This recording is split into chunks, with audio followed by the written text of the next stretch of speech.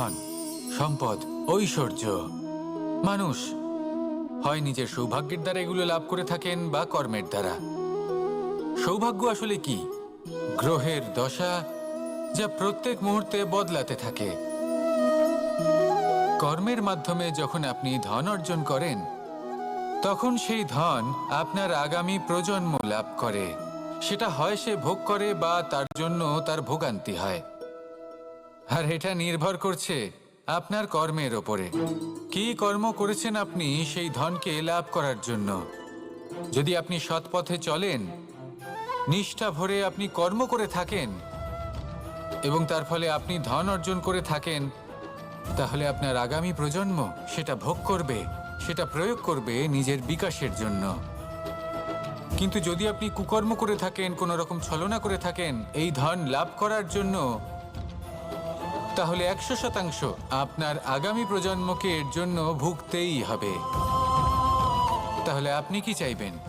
যে আপনার আগামী প্রজন্ম সুখ ভোগ করবে, নাকি আপনার কুকর্মের পরিণাম ভোগ করবে? নির্বাচন আপনারই।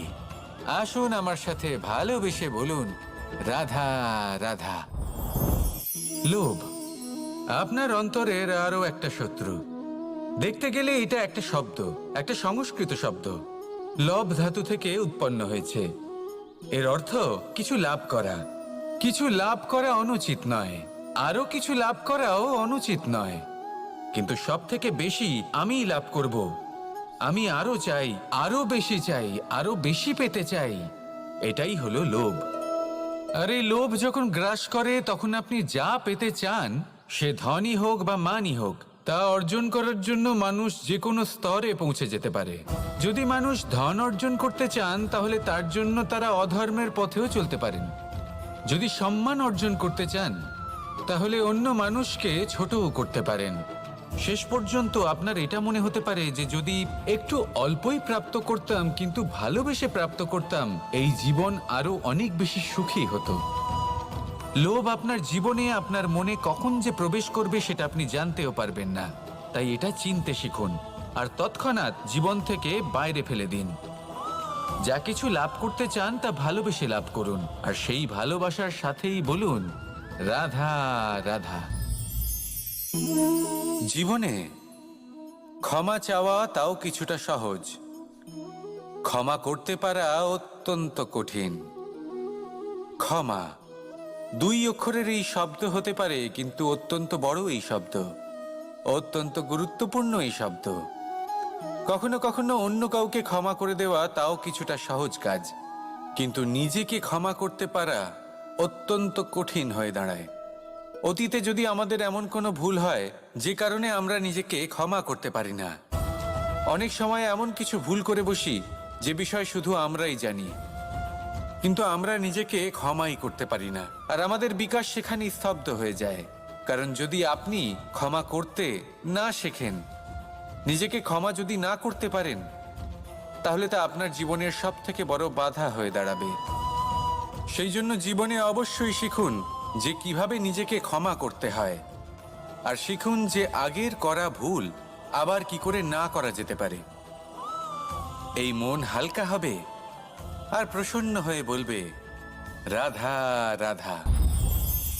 এই সংসারে যখনই কোনো সমস্যা আসে, তখন আমরা আমাদের সব থেকে বড় সম্বলের কাছে আশ্রয় খুঁজি, তা হলো আমাদের বিশ্বাস। এবার প্রশ্ন হলো এটাই যে এই বিশ্বাস কার উপর করা যেতে পারে? পরিবারের ওপর, বন্ধুর ওপর, নাকি তাদের ওপর বিশ্বাস করা উচিত যাদেরকে আমরা কখনো সঙ্গ দিয়েছি? দেখুন, এই সংসারে বিপদের সম্মুখীন হলে কে আপনাকে সাহায্য করবে সেটা নির্বাচন করা আপনার হাতে নেই। সেটা সেই সকল ব্যক্তির উপর নির্ভরশীল যে তারা আপনাকে সাহায্য করবে নাকি করবে না। অর্থাৎ যখনই কোনো বিপদ আসে, সর্বপ্রথম তার সম্মুখীন আমাদের নিজেকেই হতে হয়, আর তার জন্য প্রস্তুত থাকা প্রয়োজনীয়। সেই শক্তি, সেই সাহস অর্জন করা প্রয়োজনীয়। দেখুন, যখনই অন্ধকার আসে, তখন সবার আগে কে আপনাকে ত্যাগ করে চলে যায়? আপনার নিজেরই ছায়া। এই অন্ধকারের সম্মুখীন হতে হয় অন্তরের প্রদীপের দ্বারা, অন্তরের আত্মা দ্বারা। তবেই আপনি অন্ধকারের ওপর জয়লাভ করতে পারবেন। সেই জন্য যে বিপদই আসুক না কেন, নিজেকে তার জন্য প্রস্তুত রাখা উচিত। সেই সাহস নিয়ে আসুন। এমন কোনো বিপদ নেই যে আপনাকে ভেঙে দিতে পারে। আসুন আমার সাথে ভালোবেসে বলুন, রাধা রাধা। মানুষ সবসময় চায় যে তার জীবনে যেন কখনো কোনো সমস্যাই না আসে। সে চায় তার জীবন যেন শুধুমাত্র শান্তি এবং সুখের দ্বারা পূর্ণ থাকে। কিন্তু এই চাহিদা অনুচিত কিছু নয়। আমরা সবাই এটাই চাই যে জীবনে সুখ থাক, শান্তি থাক। কিন্তু এই কথা সবসময় মনে রাখবেন, যে সূর্য উদিত হন সংসারকে প্রকাশমান করেন, দুপুরবেলায় সংসারকে রৌদ্র প্রদান করেন, সন্ধেবেলায় তাকেও অস্ত যেতে হয়। এবার আমাদের জীবন চক্র কিছুটা এরকমই। কোনো কিছুই চিরকাল একরকম থাকে না। কখনো এই নদীকে দেখুন, যা বয়ে চলেছে। এই নদী যা বয়ে চলেছে তার পথেও অনেক বিপদ আসে। বড় বড় পাথরের সম্মুখীন হয়ে তাকেও সামনে এগিয়ে যেতে হয়। একটি পুকুর যা চারদিক থেকে ঘেরা, তার জীবনে কিন্তু কোনো সমস্যা নেই। কিন্তু এই সংসারে পুকুরের পুজো করা হয় না, পুজো করা হয় নদীকে। মনে রাখবেন, সমস্যার ঊর্ধ্বে তিনি উঠতে পারেন যিনি সমাধি লাভ করেছেন, যিনি এই সংসারেই নেই। যিনি এই সংসারে আছেন এবং জীবিত আছেন, তার জীবনের সমস্যা হলো শ্বাসবায়ুর মতোই গুরুত্বপূর্ণ। আসুন আমার সাথে ভালোবেসে বলুন, রাধা রাধা। আজ আমি আপনাকে একটা ছোট্ট কাহিনী শোনাবো। একবার আমি, রাধা আর দাদা, আমরা তিনজনে মিলে লুকিয়ে একটা উপবনে গেলাম আম পেড়ে খেতে। অনেক পরিশ্রম করে আমরা ওখানে পৌঁছলাম আর আমরা আশ্চর্যচকিত হয়ে গেলাম এটা দেখে যে এবার তো আম পাকেইনি। এবার দাদা কি করলেন, একটা আম পাড়লেন আর সেটা চাখলেন, আর উনি নিরাশ হয়ে পড়লেন। উনি বললেন যে এটা তো খুবই টক। তারপর রাধা একটা আম পাড়লো আর সেটা চেখে দেখলো, আর রাধা উৎসাহিত হয়ে পড়ল। আমি রাধাকে জিজ্ঞেস করলাম, কি হয়েছে, তুমি এত উৎসাহিত কেন? তখন রাধা বলল যে এবার এত বেশি টক আম হয়েছে যে এগুলো দিয়ে আমরা আচার বানাবো। তাহলে দাদা ওখান থেকে বেরিয়ে গেলেন নিরাশ হয়ে এবং খালি হাতে। রাধাও ওখান থেকে বেরিয়ে গেল কিন্তু উৎসাহিত হয়ে, আর অনেকগুলো কাঁচা আম সাথে নিয়ে। এর থেকে আমরা কি শিক্ষা পেতে পারি? যে প্রত্যেকটা স্থানে এমন কিছু রয়েছে যেখান থেকে আমরা কিছু একটা শিক্ষা লাভ করতে পারি, যা আমাদেরকে বিকাশের পথে নিয়ে যেতে পারে। এই শিক্ষা প্রত্যেক স্থানে আছে। সবকিছু আমাদের দৃষ্টিভঙ্গির উপর নির্ভর করছে। যখনই আমাদের জীবনে, আমাদের সম্পর্কে কোনো সমস্যা, কোনো বিপদ আসে, তখন বেশিরভাগ মানুষ সেই বিষয় নিয়ে দুঃখী হয়ে পড়েন। আর কিছু মানুষ এমনও থাকেন যারা শেষ পর্যন্ত তার সমাধান করেন, বিপদকে পরাজিত করেন, সম্পর্কগুলিকে আবার জুড়ে দেন। যদি আপনি সুখের খোঁজ করেন তাহলে আপনি সুখ অবশ্যই পাবেন, প্রসন্নতা অবশ্যই পাবেন। যদি আপনি দুঃখ খোঁজেন তাহলে দুঃখ অবশ্যই পাবেন। এবার আপনি কি খুঁজতে চান, সেই চয়ন আপনারই। আসুন আর আমার সাথে ভালোবেসে বলুন, রাধা রাধা। কখনো কোনো প্রজাপতিকে উড়তে দেখেছেন? কি সুন্দর উড়ে বেড়ায় সে, এক ফুল থেকে অন্য ফুলে, এক পাতা থেকে অন্য পাতার ওপর। কিন্তু সে কিভাবে উড়তে শেখে কখনো ভেবেছেন? জন্ম থেকেই কিন্তু প্রজাপতির ডানা থাকে না। ও কিন্তু ছোট্ট একটা ডিমের আকারে জন্ম লাভ করে। তারপর সেই ডিমটি ভেঙে একটি কীট বাইরে আসে। আস্তে আস্তে সে বড় হয়, ওর শক্তি বৃদ্ধি পায়। তারপর সে সেই কীট দশা ত্যাগ করে নিজের ডানাগুলি মেলে। এই প্রক্রিয়া তার কাছে সরল নয়, অত্যন্ত যন্ত্রণাদায়ক প্রক্রিয়া, কিন্তু সে সেই যন্ত্রণা মেনে নেয়। আর তারপর আস্তে আস্তে সে উড়তে শেখে। শুধুমাত্র আকাশে উড়ে বেড়ায় তা নয়, আমাদের মনের মাঝে উড়ে বেড়ায়। এবার এই ডিম থেকে প্রজাপতি হয়ে ওঠার যে যাত্রা, এটা যতটা কঠিন, ততটাই কঠিন হয় এই সংসারে শ্রেষ্ঠ কর্ম করা, ততটাই কঠিন হয় এই সংসারে মহান হয়ে ওঠা। সেই জন্য প্রয়োজনীয় প্রচেষ্টা, এবং সময়। নিরন্তর প্রচেষ্টা করতে থাকুন, পর্যাপ্ত সময় নিন এবং আপনি নিজেকে এই আকাশে উড়ন্ত অবস্থায় পাবেন। আসুন আমার সাথে ভালোবেসে বলুন, রাধা রাধা, রাধা রাধা। আপনারা হয়তো ভাবছেন কি আশ্চর্য ব্যাপার, প্রত্যেকবার আমি কথা শেষ হওয়ার পরে রাধা রাধা বলি।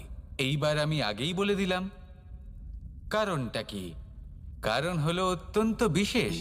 প্রত্যেকবার কথা সমাপ্ত হবার পরে আপনাদের সবার মধ্যে ভালোবাসা বিতরণ করতে চাই, তাই রাধা রাধা বলি।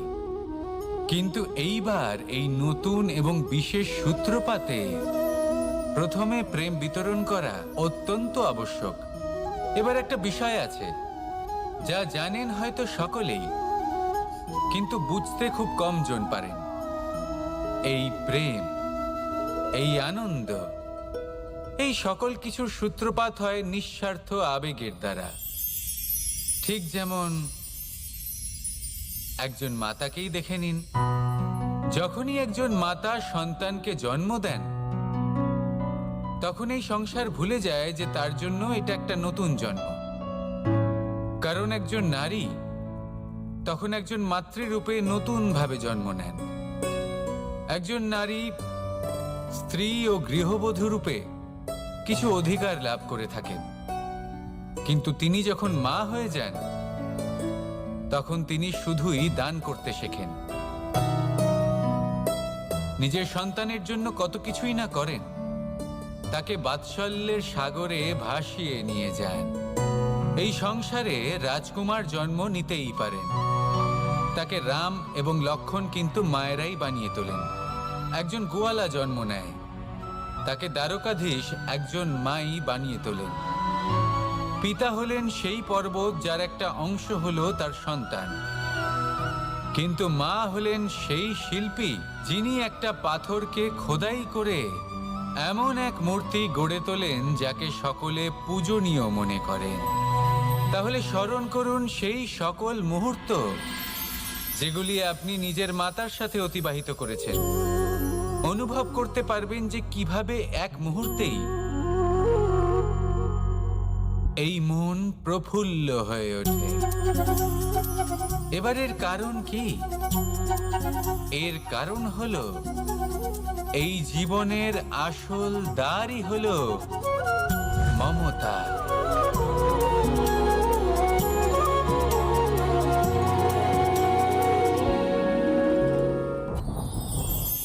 যত শক্তিশালী এই মন, তত শক্তিশালী এই শরীরও।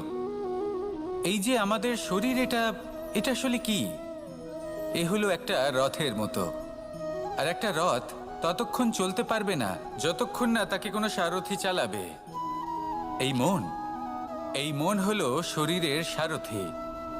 এবার ভাবুন, যদি এই সারথি শক্তিহীন হয়, দুর্বল হয়, তাহলে এই রথের কি হবে? এটা উচিত পথে চলতে পারবে না, উচিত গতিতে চলতে পারবে না, মন মতো স্থানে এটা পৌঁছতেও পারবে না।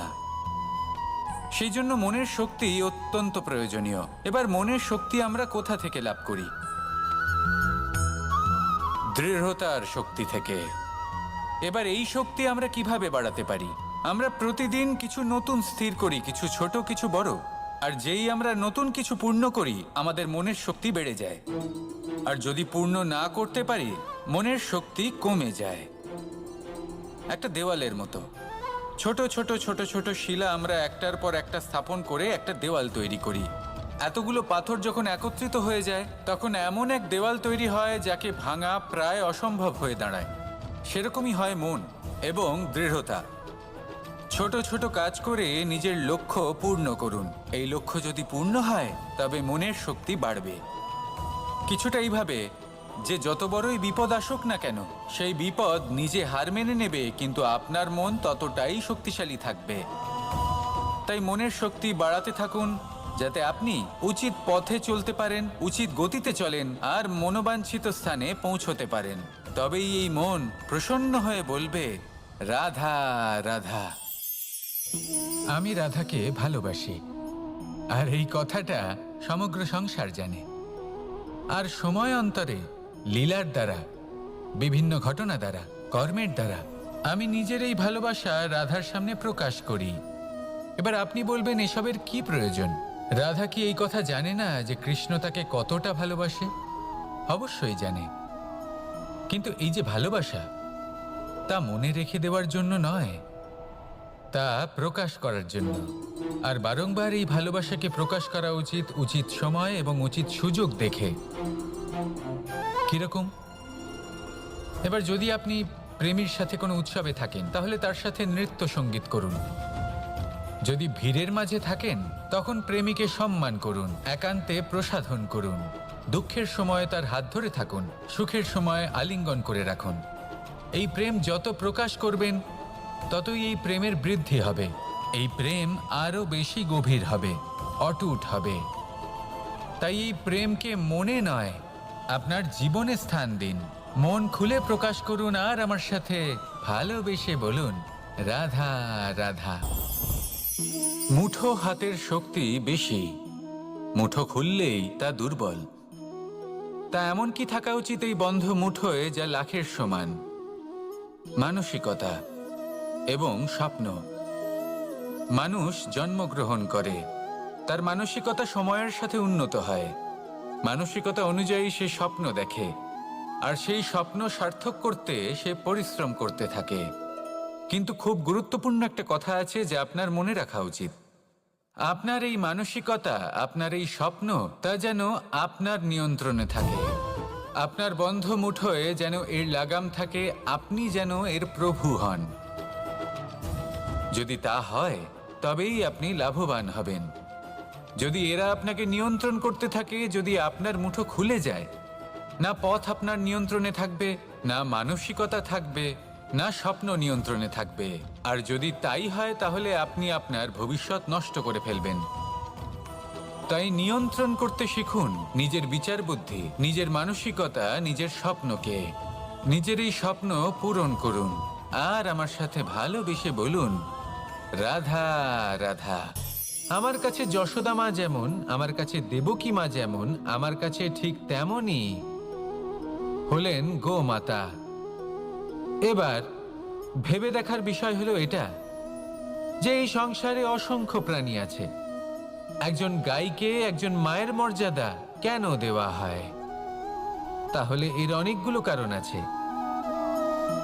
এই গাই অর্থাৎ গোমাতা, এনারা হলেন অত্যন্ত শান্ত, শান্তিপ্রিয়, কখনো কারোর কোনো ক্ষতি করতেই পারেন না। গোমাতা যে দুধ নিজের বাছুরকে পান করান, সেই দুধই আমাদেরও দেন। সেই দুধ পান করে আমরা শক্তি লাভ করি। এই দুধ থেকে আমরা মাখন, ঘি, পায়েস, এইসব সুস্বাদু খাবার লাভ করি। গোমাতার গোবর আমাদের জ্বালানি হিসেবে সাহায্য করে, যার ফলে খুব কম সংখ্যক কাঠ ব্যবহার করা যায় এবং বেশিরভাগ জঙ্গল সুরক্ষিত থাকে। গোমাতার গোমূত্র, সেটাও আমাদের কাছে লাভজনক। এর দ্বারা আমরা অনেক রোগ থেকে মুক্তি লাভ করতে পারি। গোমাতা যখন একটি বাছুরকে জন্ম দেন, তখন সেই বড় হয়ে আমাদের ক্ষেত কর্ষণ করে। সেই জন্য গাইকেও জীবনে মায়ের মর্যাদা দেবেন। যতটা সম্ভব তাকে সেবা করুন এবং ভালোবেসে তাকে পালন করুন। এই মন নিজে থেকেই প্রসন্ন হয়ে বলবে, রাধা রাধা। কনক, কি সুন্দর একটা শব্দ। এর অনেকগুলো রূপ রয়েছে, অনেকগুলো অর্থও রয়েছে। প্রথম অর্থ হলো স্বর্ণ, অর্থাৎ সম্পত্তি। দ্বিতীয় অর্থ ধুতুরা, অর্থাৎ গাছের ছোট একটা বীজ, যা কিনা অত্যন্ত শক্তিশালী হয়। যদি বেশি মাত্রায় এর প্রয়োগ করা হয়, তাহলে এটা বিষময় হয়ে উঠতে পারে। এই হলো সেই ধুতুরা যার প্রয়োগ মহাদেবের পুজোতে করা হয়। এবার প্রশ্ন হলো এটাই যে এই স্বর্ণ এবং এই ধুতুরার মধ্যে মিল কি রয়েছে? মিল হলো এটাই যে এই দুটোই মানুষকে মত্ত করে তোলে। ধুতুরা মানুষকে তখন মত্ত করে যখন তাকে সেবন করা হয়, কিন্তু স্বর্ণ, ধন, সম্পত্তি, মানুষ এটা যতটাই অর্জন করে নেয় সেটাই যথেষ্ট। এই স্বর্ণ মানুষের ভাবনা চিন্তা করার ক্ষমতাকে বশ করে ফেলে। মানুষ সম্পত্তির লোভে মত্ত হয়ে ওঠে, কারণ যে যত চমৎকারী, যতটা অমূল্য হয়, তাকে সামলানো কিন্তু ততটাই কঠিন, তাই না? তাই মনে রাখবেন, ধন, স্বর্ণ, সম্পত্তি এগুলো ধুতুরার থেকেও অনেক বেশি বিষাক্ত হতে পারে। তাই এর ওপর আত্মসংযমের একটা কবচ পরিয়ে রাখবেন এবং বিবেকের শক্তির সাথে এগুলো প্রয়োগ করুন, তবেই কল্যাণ হবে। আসুন আমার সাথে ভালোবেসে বলুন, রাধা রাধা। বাহ, পুষ্পের সুবাস আমার খুব ভালো লাগে। অত্যন্ত সুন্দর হয় এই পুষ্প। এইভাবে চারিদিকে পুষ্প দেখে মন আনন্দিত হয়ে ওঠে। এবার আপনারা ভেবে দেখুন, আমার চারিদিকে পুষ্প নয়, আগুন আছে। তাহলে কি হবে? আমার শরীর কি জ্বলে যাবে না? অবশ্যই জ্বলবে। শরীরকে কি আগুনের তাপ সহ্য করতে হবে না? অবশ্যই সহ্য করতে হবে। এটাই হলো প্রকৃতির নিয়ম। এই নিয়ম কিন্তু আমরা সবাই জানি, কিন্তু আমাদের মধ্যে বেশিরভাগ মানুষ এই বিভ্রান্তি নিয়ে বাঁচি যে এই যে প্রকৃতির নিয়ম, তা আমার ওপর প্রযোজ্য নয়। তা কিন্তু নয়। আমাদের চতুর্দিকে এই যে নিসর্গ রয়েছে, আমরা তার কতটা ক্ষতি করি সেটা একবার ভেবে দেখুন। আমরা বনাঞ্চল জ্বালিয়ে দিই, বায়ু দূষিত করি, জল দূষিত করি, প্রাণীদের হত্যা আমরা করি। কেন? এই নিসর্গ আমরা নষ্ট করি, যদিও আমরা জানি যে আমরাও হলাম এই নিসর্গেরই অংশ। এবার দেখুন, শরীরের কোনো অংশে যদি আগুন ধরান, আস্তে আস্তে সমস্ত শরীরও জ্বলে যাবে। সেইভাবেই নিসর্গ যদি নষ্ট হয়ে যায়, তাহলে মনুষ্য জাতিও নষ্ট হয়ে যাবে। তাই এই যে নিসর্গ আপনি দেখছেন, এই পুষ্প, এই বৃক্ষ, বায়ু, জল, এদের সকলকে রক্ষা করুন, নষ্ট নয়।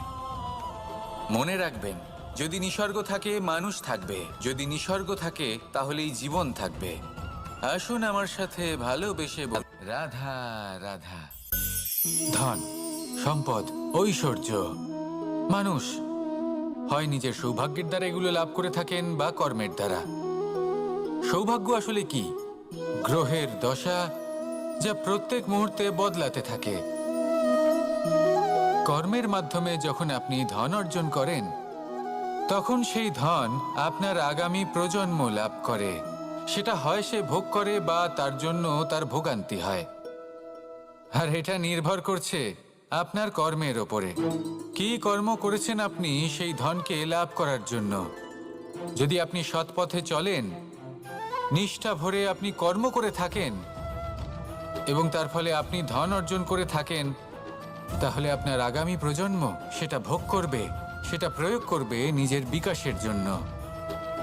কিন্তু যদি আপনি কুকর্ম করে থাকেন, কোনো রকম ছলনা করে থাকেন এই ধন লাভ করার জন্য, তাহলে 100% আপনার আগামী প্রজন্মকে এর জন্য ভুগতেই হবে। তাহলে আপনি কি চাইবেন? যে আপনার আগামী প্রজন্ম সুখ ভোগ করবে, নাকি আপনার কুকর্মের পরিণাম ভোগ করবে? নির্বাচন আপনারই। আসুন আমার সাথে ভালোবেসে বলুন, রাধা রাধা। লোভ আপনার অন্তরের আরো একটা শত্রু। দেখতে গেলে এটা একটা শব্দ, একটা সংস্কৃত শব্দ। লব ধাতু থেকে উৎপন্ন হয়েছে। এর অর্থ কিছু লাভ করা। কিছু লাভ করা অনুচিত নয়, আরো কিছু লাভ করাও অনুচিত নয়, কিন্তু সব থেকে বেশি আমি লাভ করব, আমি আরো চাই, আরো বেশি চাই, আরো বেশি পেতে চাই, এটাই হলো লোভ। আর এই লোভ যখন গ্রাস করে, তখন আপনি যা পেতে চান, সে ধনই হোক বা মানই হোক, তা অর্জন করার জন্য মানুষ যে কোনো স্তরে পৌঁছে যেতে পারে।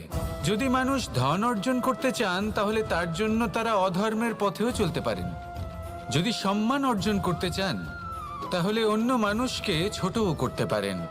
শেষ পর্যন্ত আপনার এটা মনে হতে পারে যে যদি একটু অল্পই প্রাপ্ত করতাম কিন্তু ভালোবেসে প্রাপ্ত করতাম, এই জীবন আরো অনেক বেশি সুখী হতো। লোভ আপনার জীবনে, আপনার মনে কখন যে প্রবেশ করবে সেটা আপনি জানতেও পারবেন না। তাই এটা চিনতে শিখুন আর তৎক্ষণাৎ জীবন থেকে বাইরে ফেলে দিন। যা কিছু লাভ করতে চান তা ভালোবেসে লাভ করুন, আর সেই ভালোবাসার সাথেই বলুন রাধা রাধা।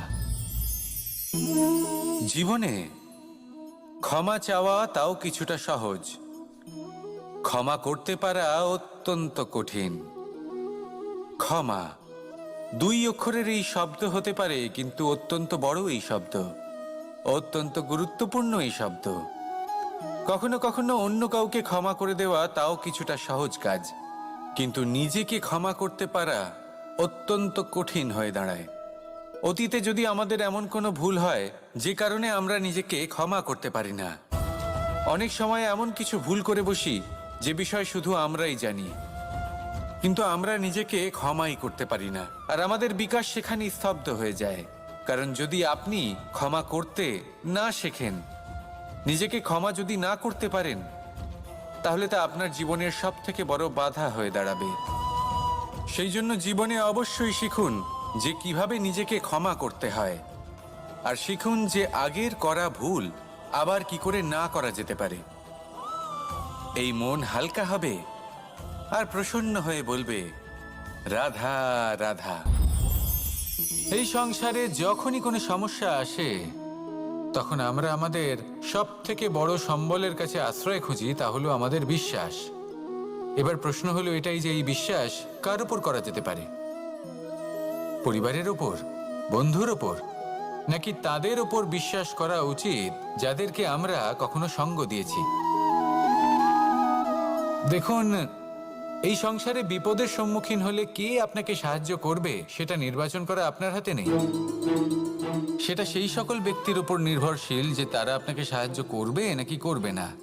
অর্থাৎ যখনই কোনো বিপদ আসে সর্বপ্রথম তার সম্মুখীন আমাদের নিজেকেই হতে হয়, আর তার জন্য প্রস্তুত থাকা প্রয়োজনীয়, সেই শক্তি সেই সাহস অর্জন করা প্রয়োজনীয়।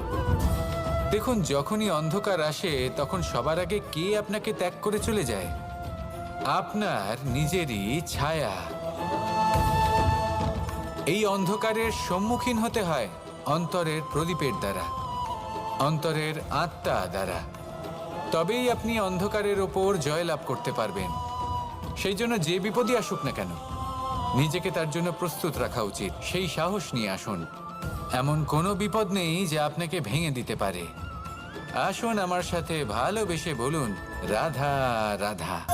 মানুষ সবসময় চায় যে তার জীবনে যেন কখনো কোনো সমস্যাই না আসে।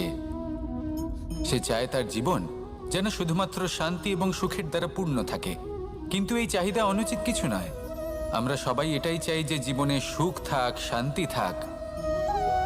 কিন্তু এই কথা সবসময় মনে রাখবেন, যে সূর্য উদিত হন সংসারকে প্রকাশমান করেন, দুপুরবেলায় সংসারকে রৌদ্র প্রদান করেন, সন্ধেবেলায় তাকেও অস্ত যেতে হয়। এবার আমাদের জীবন চক্র কিছুটা এরকমই। কোনো কিছুই চিরকাল একরকম থাকে না। কখনো এই নদীকে দেখুন যা বয়ে চলেছে। এই নদী যা বয়ে চলেছে তার পথেও অনেক বিপদ আসে। বড় বড় পাথরের সম্মুখীন হয়ে তাকেও সামনে এগিয়ে যেতে হয়। একটি পুকুর যা চারদিক থেকে ঘেরা, তার জীবনে কিন্তু কোনো সমস্যা নেই। কিন্তু এই সংসারে পুকুরের পুজো করা হয় না, পুজো করা হয় নদীকে।